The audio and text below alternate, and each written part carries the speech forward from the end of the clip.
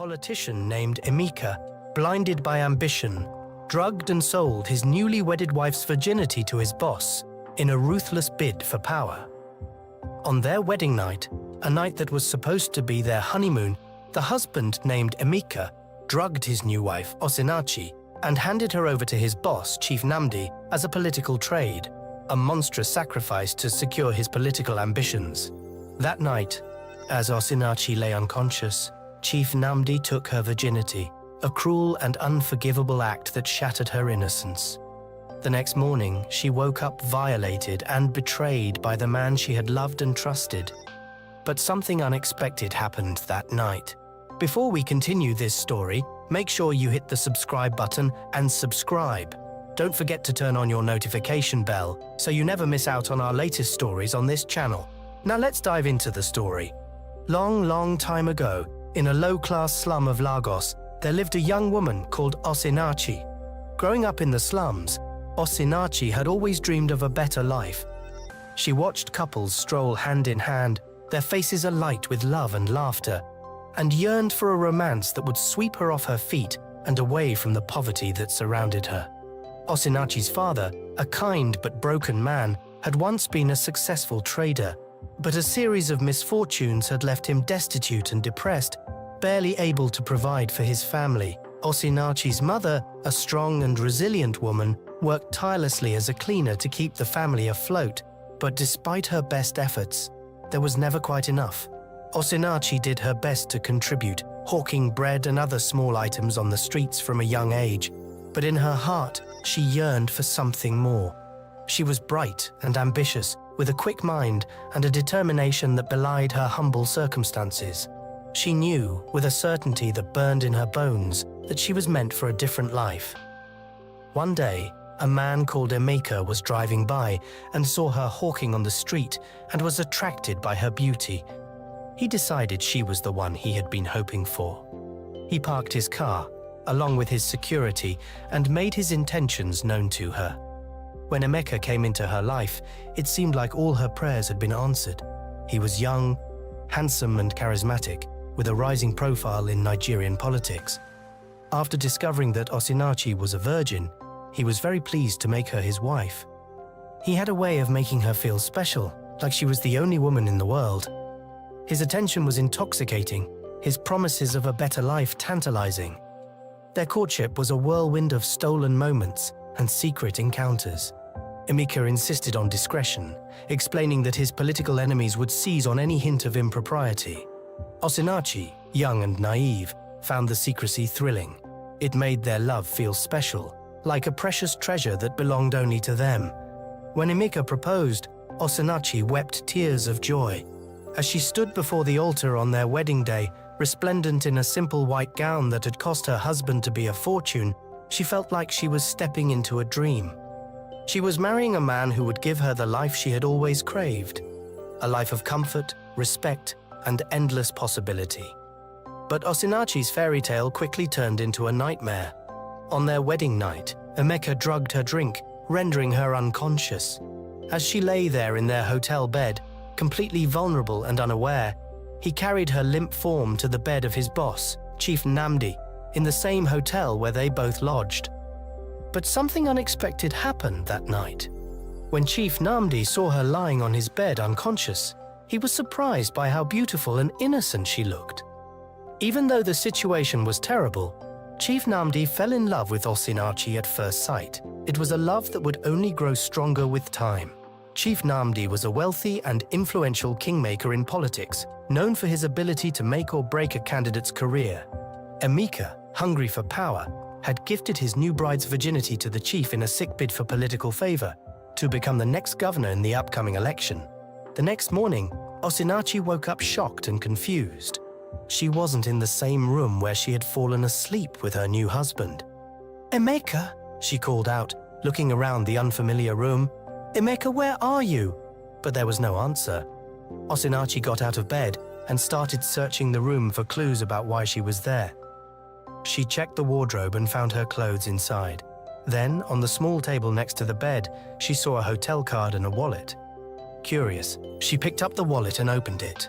Inside was an ID card belonging to Chief Nnamdi, her husband's powerful boss.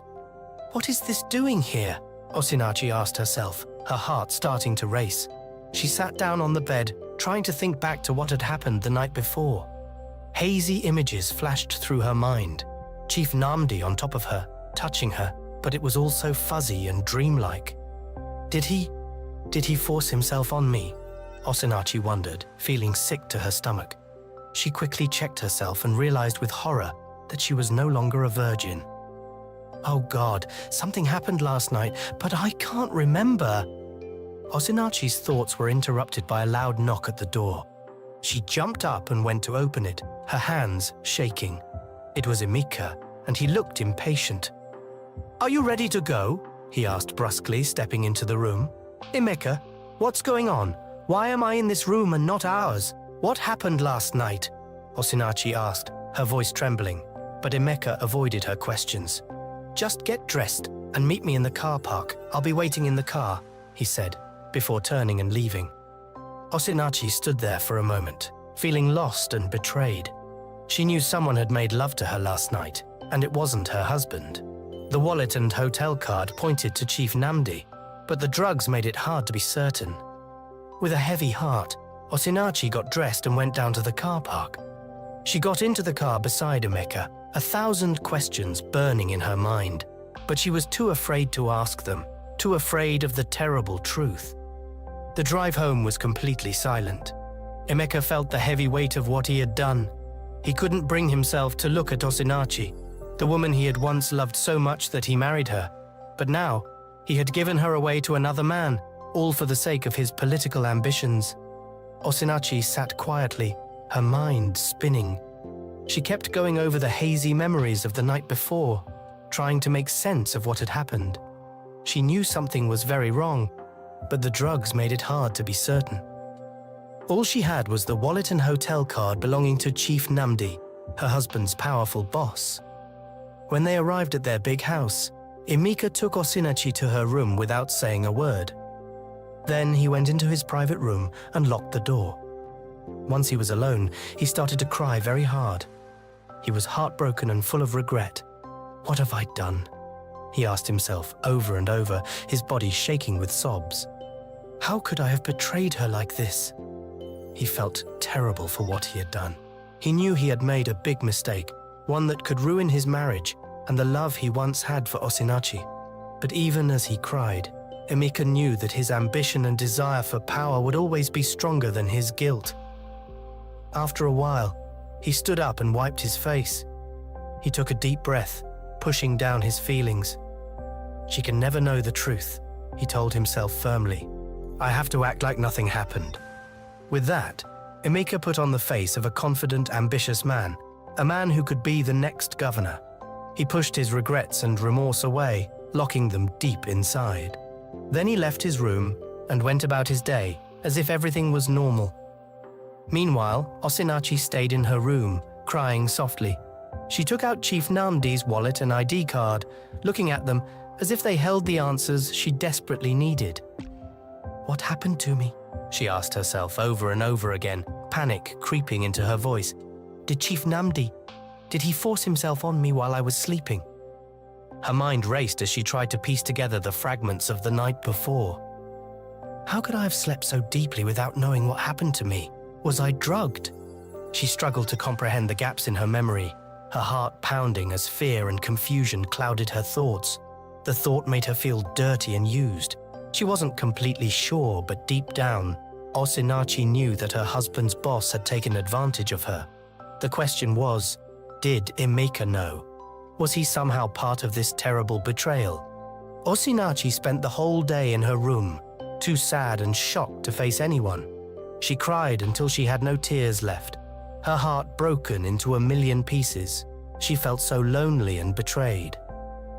As the hours passed, Osinachi's shock started to turn into anger. How could Emeka do this to her? And what was she going to do now? That night, Osinachi decided to confront Emeka again. She wanted answers about what had happened to her. But first, she hid Chief Namdi's ID card and wallet. She didn't want Emeka to know she had them. Osinachi found Emeka in the living room. She took a deep breath and asked, "Emeka, we need to talk." What happened last night? Why did I wake up in a different room? Emeka's face turned angry. He stood up and started shouting. Nothing happened. I already told you. Why do you keep asking? Osinachi tried to stay calm. But it doesn't make sense. I remember going to sleep in our room. How did I end up somewhere else? I don't know, Emeka yelled. Maybe you got up in the night and went to the wrong room. You were probably too drunk to remember. Osinachi knew he was lying. I wasn't drunk. You gave me a drink and then I don't remember anything. Please, just tell me the truth. But Emeka only got angrier. Stop accusing me of things. I didn't do anything wrong. You're imagining problems where there are none. He started pacing, his hands clenched into fists. I'm working hard to build a future for us, to become governor, and all you do is nag and complain. You should be supporting me, not questioning me. Osinachi felt tears in her eyes. She couldn't believe the man she loved was talking to her like this. Emeka stepped close to her, his face twisted in anger. Listen to me carefully, Osinachi. Drop this now. Stop asking questions and just be a good wife. Support me in my career, that's all you need to do. Osinachi was shaking. She had never seen Emeka like this before. So cold, so cruel. It was like he was a different person.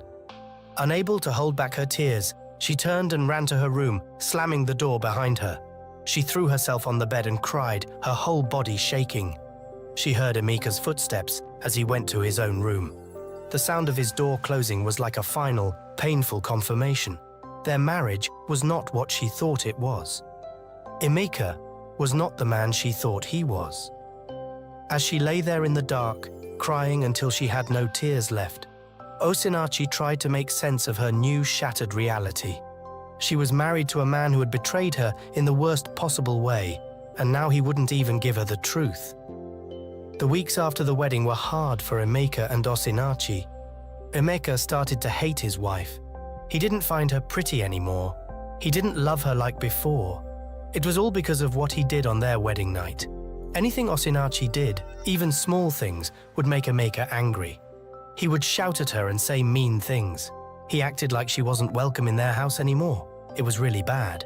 It was like Emeka thought Osinachi had cheated on him. But the truth was, Emeka was the one who sold Osinachi to another man for political gain. Emeka made Osinachi's life miserable. He treated her badly every day. It was like living in hell for Osinachi. Emeka didn't want to be close to Osinachi anymore. He didn't want to do the things married couples do, like kissing or making love. He would run away when Osinachi tried to be affectionate. Everything Osinachi did seemed to annoy Emeka. He was always irritated with her. It made him uncomfortable to even be around her. Osinachi felt like a prisoner in her own home. She was trapped with a man who hated her, who blamed her for things she didn't even understand. She cried herself to sleep every night, wondering how her fairy tale marriage had turned into such a nightmare. She prayed for strength, for a way out, but she didn't know where to turn or who to trust. One day, Emeka's younger sister Enma came to live with them. She had just finished university and wanted to stay with her brother for a while before going abroad for her master's degree. Enma noticed that Emeka was always angry at his wife, Osinachi. He would yell at her and say mean things. Enma thought it was strange because they were newly married. She knew her brother had loved Osinachi very much. What happened between them? Enma wondered. Why is Emeka treating Osinachi so badly? One night, as Enma was walking past Emeka's room, she heard him talking on the phone. He was speaking to a therapist. Enma stopped to listen. I caught my wife cheating on our wedding night, Emeka said. It's been so hard to forgive her. I love her and want to make things work, but I'm struggling. Enma was shocked. She couldn't believe Osinachi would cheat on Emeka. Emeka continued, I'm trying to find a way to love and trust her again, but things are getting out of hand. I don't know what to do. Enma felt so bad for her brother. She knew how much he loved Osinachi. It must have hurt him deeply to be betrayed like that. She didn't know that Emeka was lying. He was the one who had betrayed Osinachi, not the other way around. What Emeka didn't realize was that it's very difficult for a man to get over seeing another man with his wife. Even though he was the one who arranged it, the image still haunted him. Unable to hold back her tears, Enma burst into Emeka's room. Emeka quickly ended the call, surprised to see his sister. "Brother, I heard everything," Enma cried. "How could Osinachi do this to you? You have to send her away." Emeka was torn. He knew he couldn't tell Enma the truth, but he also couldn't let Osinachi go. He needed her to maintain his image as a family man for his political career. "It's not that simple, Enma," Emeka said. "I love Osinachi. I want to forgive her and make our marriage work." Enma couldn't believe it. "But she cheated on you, on your wedding night. How can you forgive that?" Emeka sighed heavily. "I know it's hard to understand, but I have to think about our family, our future. I can't just throw her out." He looked at Enma pleadingly. "Please don't say anything to Osinachi about this. I need time to figure things out." Enma was reluctant, but she agreed. "Okay, brother, I won't say anything, but you should make her pay for what she did. Make her life hell until you're ready to send her away." A dark look crossed Emeka's face. "Oh, I will. Trust me, she's going to suffer for this." In the days that followed, both Emeka and his sister Enma stuck to their plan of making Osinachi's life miserable. They were punishing her for a crime she didn't even commit. Enma would deliberately spill water all over the floor and then order Osinachi to clean it up. "Look at this mess you made," Enma would shout, even though she was the one who poured the water. "Clean it up now!"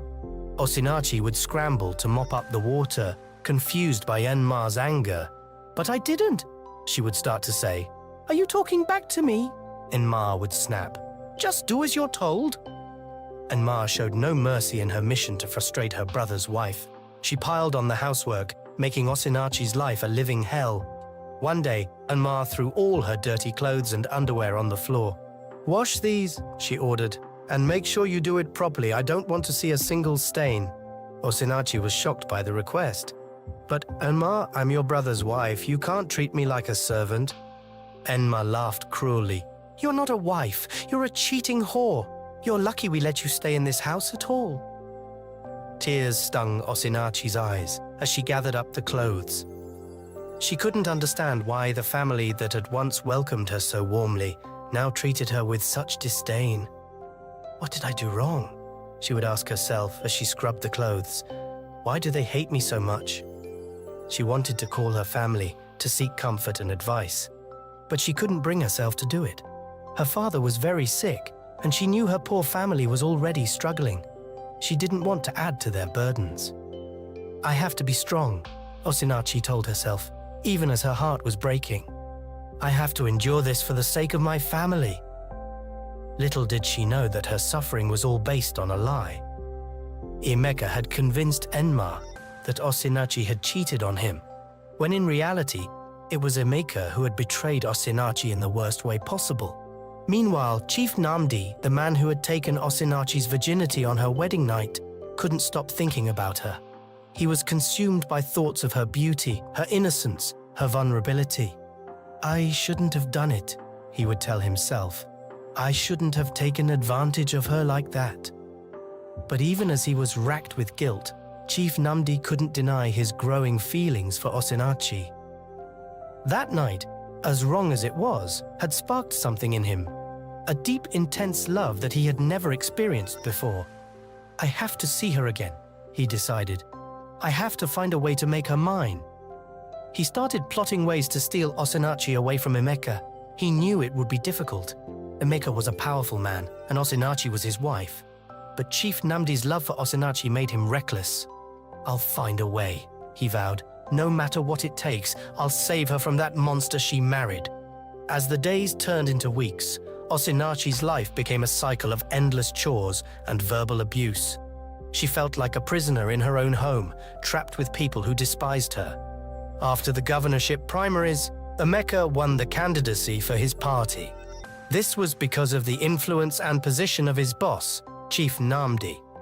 They had an agreement that helped Emeka emerge as the winner. To celebrate, Chief Namdi hosted a big party at one of his mansions on Banana Island. All the party members and their wives came, including Emeka and Osinachi. At the event, Emeka and Chief Namdi tried to act like everything was normal between them. They didn't want anyone to know about the deal they made behind closed doors. If people found out, it could ruin Emeka's chances of becoming governor. The opposition party would use it against them. When they arrived, many people greeted Emeka and Osinachi. Emeka bowed to his boss and introduced Osinachi, pretending like Chief Nnamdi didn't already know her. But what Emeka didn't know was that Chief Nnamdi was falling in love with Osinachi. As Osinachi stood there, memories of her wedding night started flashing through her mind. She remembered the ID card, the wallet, the hotel card, and Chief Nnamdi on top of her. It was all coming back to her. Feeling overwhelmed, Osinachi excused herself and rushed to the bathroom. She said she needed to use the restroom, but really she just needed to get away. In the bathroom, Osinachi tried to make sense of her memories. They were still hazy, but they were becoming clearer. As she was deep in thought, Chief Nnamdi suddenly came into the bathroom. "Osinachi, I need to talk to you," he said. I love you, and I need you to know the truth about your wedding night." Osinachi stared at him, shocked. "What are you talking about?" Chief Nnamdi looked down, ashamed. "Your husband, Emeka, he used you. He sold your virginity to me in exchange for political power. He drugged you and brought you to my room that night." Osinachi felt like she couldn't breathe. "What? No, that can't be true. Emeka wouldn't—" "I'm so sorry, Osinachi," Chief Nnamdi said. "It was wrong of me to take advantage of you like that. I had no idea Emeka planned it. He told me you agreed to it." Tears streamed down Osinachi's face as the horrible truth sank in. Her own husband, the man she trusted and loved, had betrayed her in the worst possible way. He had treated her like property, like something to be traded for his own gain. "Why did you marry me if you were just going to sell me?" she cried. "How could you do this to me, Emeka?" Chief Nnamdi tried to comfort her. "Osinachi, I'm sorry. What Emeka did was unforgivable, but I love you. We can make this right. Leave him and marry me instead." Osinachi pulled away from him, disgusted. "You used me too. You forced yourself on me. I was drugged, I couldn't consent, and now you say you love me. How could you?" She ran out of the bathroom, tears blurring her vision. She couldn't stand to be at that party a moment longer, couldn't bear to see Emeka or Chief Nnamdi. Osinachi left the event and went straight back to the house. She was going to confront Emeka as soon as he got home. She needed answers. After the party, everyone started leaving. Emeka looked around for his wife, Osinachi, but couldn't find her. "Where did she go?" he muttered to himself. But he didn't bother looking too hard or calling her. "She knows the way home. She'll be fine," he shrugged. Emeka got into his car and drove home, leaving Osinachi behind at the party. When he arrived at the house, he was surprised to see Osinachi sitting in the living room. She looked angry. "Osinachi, what are you doing home already?" Emeka asked. Osinachi stood up, her eyes blazing. "We need to talk, Emeka. I know what you did." Emeka felt a flicker of unease, but he kept his face neutral. "What are you talking about? Our wedding night!" Osinachi shouted. "You drugged me! You sold me to Chief Nnamdi!" Emeka's heart raced, but he forced a laugh. "What? That's crazy, Osinachi. I would never do that." But Osinachi wasn't buying it. She pulled out Chief Nnamdi's wallet and ID card. "I found these, and Chief Nnamdi told me everything. How you traded my virginity for political gain." Emeka's face hardened. He snatched the wallet from her. "You talked to Nnamdi about this? Are you trying to ruin me?" Tears streamed down Osinachi's face. "Ruin you? You ruined me, Emeka. You betrayed me in the worst way possible." But Emeka showed no remorse. "Stop being so dramatic, Osinachi. You should be grateful. Your sacrifice served a higher purpose, my political ambitions." Osinachi stared at him, horrified. "Grateful? For being used like a piece of meat? For being treated like property? On my wedding night, that was supposed to be my honeymoon." Emeka's eyes turned cold. He gripped her arm tightly. "Listen to me very carefully, Osinachi. You will never speak of this again. If you try to ruin my chances at governor, I will kill your sick father. I'll kill myself too. Everyone will lose." Osinachi's eyes widened in fear. "Emeka, you're hurting me." "Promise me," Emeka hissed. "Promise you won't tell anyone. No divorce either." You'll ruin everything." Sobbing, Osinachi nodded. I promise." Emika released her roughly. "Good. Now go to your room." Osinachi ran to her bedroom, her body shaking with sobs. She felt broken, shattered. The man she loved was a monster. From that day on, life with Emeka was a living hell. His cruelty knew no bounds. He treated Osinachi like a servant, making her wait on him hand and foot. He mocked her constantly, making fun of her poor background. "Look at you," he would sneer. "A common village girl, thinking she can play at being a big man's wife." Osinachi realized she meant nothing to Emika. She was just a pawn in his political games, a tool he had used and now discarded. As bad as Emeka was, his sister Enma was even worse. She was a mean, sneaky girl who seemed to love making Osinachi miserable. Ma used every chance she got to embarrass Osinachi and remind her that she was nothing in their house. Later that night, Osinachi sat in her room and cried. She cried so hard her throat hurt and her eyes burned. "Why is this happening to me?"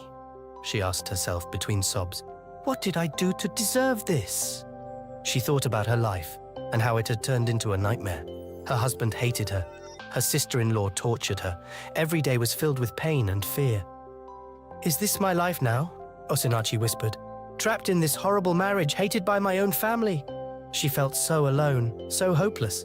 She had nowhere to go, no one to turn to. Her own parents were struggling, and she didn't want to burden them. But how could she keep living like this?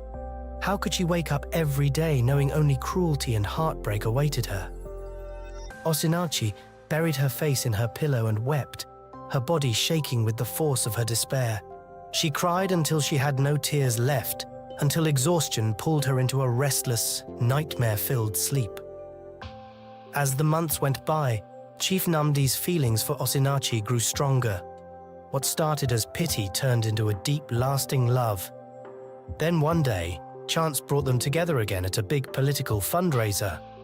Chief Namdi was shocked by how much Osinachi had changed. The sparkle in her eyes was gone, her spirit crushed by months of cruelty and neglect. It broke his heart to see her suffer, but it only made his love for her burn brighter. As he watched, Omar walked up to Osinachi with a mean sneer. "Well, well," she said, "if it isn't my brother's little whore showing her face in public. Tell me, how does it feel to be a piece of meat passed around for political favors?" And Omar's smile turned mocking. "But I guess you're used to that, right? After all, you slept with your husband's boss on your wedding night." Osinachi flinched like she'd been hit. Tears filled her eyes, but she didn't say anything. What could she say? It was all true. But Chief Namdi saw red. Before he knew what he was doing, he marched across the room and put himself between Osinachi and Enma. "That's enough!" His voice cracked like a whip, but he kept it low, not wanting to draw attention. "I will not stand here and allow you to speak to this woman in such a disgusting manner." Enma looked shocked for a second, but then she smiled mockingly. "Why, Chief Namdi," she purred, "I had no idea you cared so much about my brother's little toy. Could it be that you have feelings for the girl you took to bed on her wedding night?" Osinachi felt like the ground had disappeared under her. She stared up at Chief Namdi, her heart racing. He looked back at her, his eyes soft and sad. "What I feel for Osinachi is none of your business," he said quietly, never looking away from her. "But I'll tell you this. I won't sit by anymore while you and your brother torture an innocent woman for fun. It stops now." Then he gently took Osinachi's arm and led her away from Enma. Nama sputtered angrily, but she didn't make a scene in front of so many important people. She knew she had to protect Emika's image with the election coming up. Chief Namdi took Osinachi out to a quiet balcony. Her head was spinning from what had just happened. "Why did you do that?" she asked softly, not able to look at him. "Why defend me after what happened between us?" Chief Namdi sighed heavily, rubbing his face. "Osinachi, what happened on your wedding night? It was unforgivable," he said. "I've regretted my part in it every day since. But please believe me, I had no idea what Emeka planned." He shook his head, looking disgusted. "He offered you to me, and I was very drunk that day. I would never knowingly take advantage of any woman, especially not one in a situation like yours." Osinachi was quiet for a long time. Her heart fought with itself. Could she trust this man, the one her own husband had sold her to? And yet, there was something in his eyes, an honesty and warmth she had never seen in Emeka. Against her better judgment, she found herself wanting to believe him, wanting to trust him. After all the cruelty she had faced, his kindness felt like a balm to her hurt soul. I don't know what to say, she whispered, finally meeting his gaze. Everything is so mixed up. I don't know who to trust anymore. Chief Nnamdi nodded, understanding in his eyes. I know, and I don't expect you to trust me, not after what I did. But I want you to know that I'm here for you, Osinachi. I want to help you in any way I can. He reached out hesitantly and took her hand. His touch was warm, comforting. Osinachi didn't pull away. Let me protect you, he said softly. Let me keep you safe from Emeka and Enma. You don't have to suffer anymore, Osinachi. You don't have to be alone. Osinachi's eyes filled with tears. She had been alone for so long, trapped in a nightmare of cruelty and betrayal. The thought of having someone on her side, someone who cared about her, it was almost too much to hope for. But looking into Chief Nnamdi's eyes, she saw a promise of safety, of comfort, of love. And despite everything, despite the pain and the fear, she found herself wanting to believe in that promise. In the weeks after the fundraiser, Osinachi and Chief Nnamdi started meeting in secret. They would steal moments together to talk and keep each other company. At first, Osinachi was careful. She expected Chief Nnamdi to show his true colors, to be as mean and tricky as her husband. But as they talked more and more, both on the phone and in person, Osinachi started to see a different side of him. He was gentle and kind, with a quiet strength about him. He understood her in a way she had never felt with Emeka. I feel like I can tell you anything, Osinachi said during one of their secret meetings. Like you really listen and care? Chief Nnamdi smiled softly. I do care, Osinachi, more than you know. And I want to understand you, to help you in any way I can. Slowly, Osinachi started to open up to him. She told him about the dreams she had as a little girl and the fears she kept hidden deep inside. She talked about the awful things Emeka and Enma did to her every day, how they made her feel small and worthless. Sometimes I wonder what I did to deserve this, she said, tears in her eyes. Why my own husband treats me like I'm nothing. Chief Nnamdi took her hand, his touch warm and comforting. You didn't do anything to deserve this, Osinachi. No one deserves to be treated like that. Emeka and Ma, they're the ones who are wrong, not you. In return, Chief Nnamdi shared his own struggles with Osinachi. He told her about how heavy his responsibilities felt, how lonely he was in his public life. Everyone thinks they know me, but they don't, he said. They only see the rich, powerful chief. They don't see the real me. I see you, Osinachi said softly. I see the real you. They found comfort in each other, a safe place in the middle of their stormy lives. For Osinachi, Chief Nnamdi's steady support was like medicine for her hurt soul. With him, she could laugh and smile again. She remembered what it was like to be treated with kindness and respect. You make me feel human again, she told him. Like I matter. Chief Nnamdi cupped her face gently. You do matter, Osinachi. You matter so much. Meanwhile, Emeka was too busy with his own plans to notice what was happening between his wife and his most important supporter.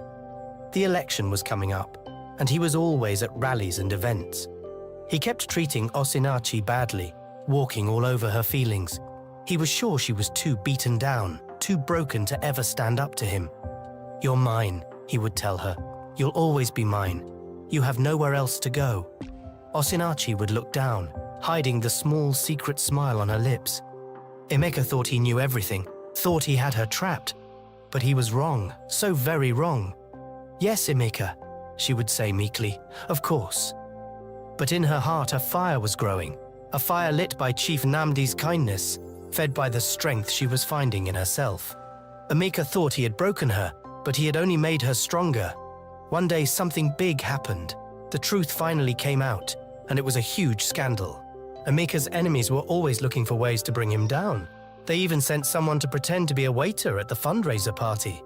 This person secretly recorded how badly Enime treated Osinachi in their private talk. They also followed Osinaki and Chief Namdi to the balcony and recorded their private talk. They took this video to the opposition party, the ones running against Emeka. They were excited to have something to use against him. They hired private investigators to dig into Emeka's personal life and marriage. They thought a leader should have a good home life before trying to lead the country. What they found was shocking, even to them. Big, bold headlines were on the front page of every newspaper in Lagos. They said, "Rising political star Emeka sold wife to powerful ally on wedding night." The article had all the details of Osinachi's horrible marriage. It told about how Emeka drugged her on their wedding night and gave her to Chief Namdi. It showed security camera pictures of Emeka carrying Osinachi's limp body to Chief Namdi's room. It talked about the years of cruelty she suffered. Emeka tried to do damage control. He quickly called a press conference. With fake tears in his eyes, he said, "My wife has betrayed me in the worst way. She worked with my closest friend to make me look like a fool. I am heartbroken by her unfaithfulness." We hope you enjoyed this African tale. If you'd like to see the next part of this story, please subscribe to our channel and continue below. Your love keeps us motivated to bring you more great African stories every 3 days. We really appreciate your love and thanks for being part of our community. It means a lot to us.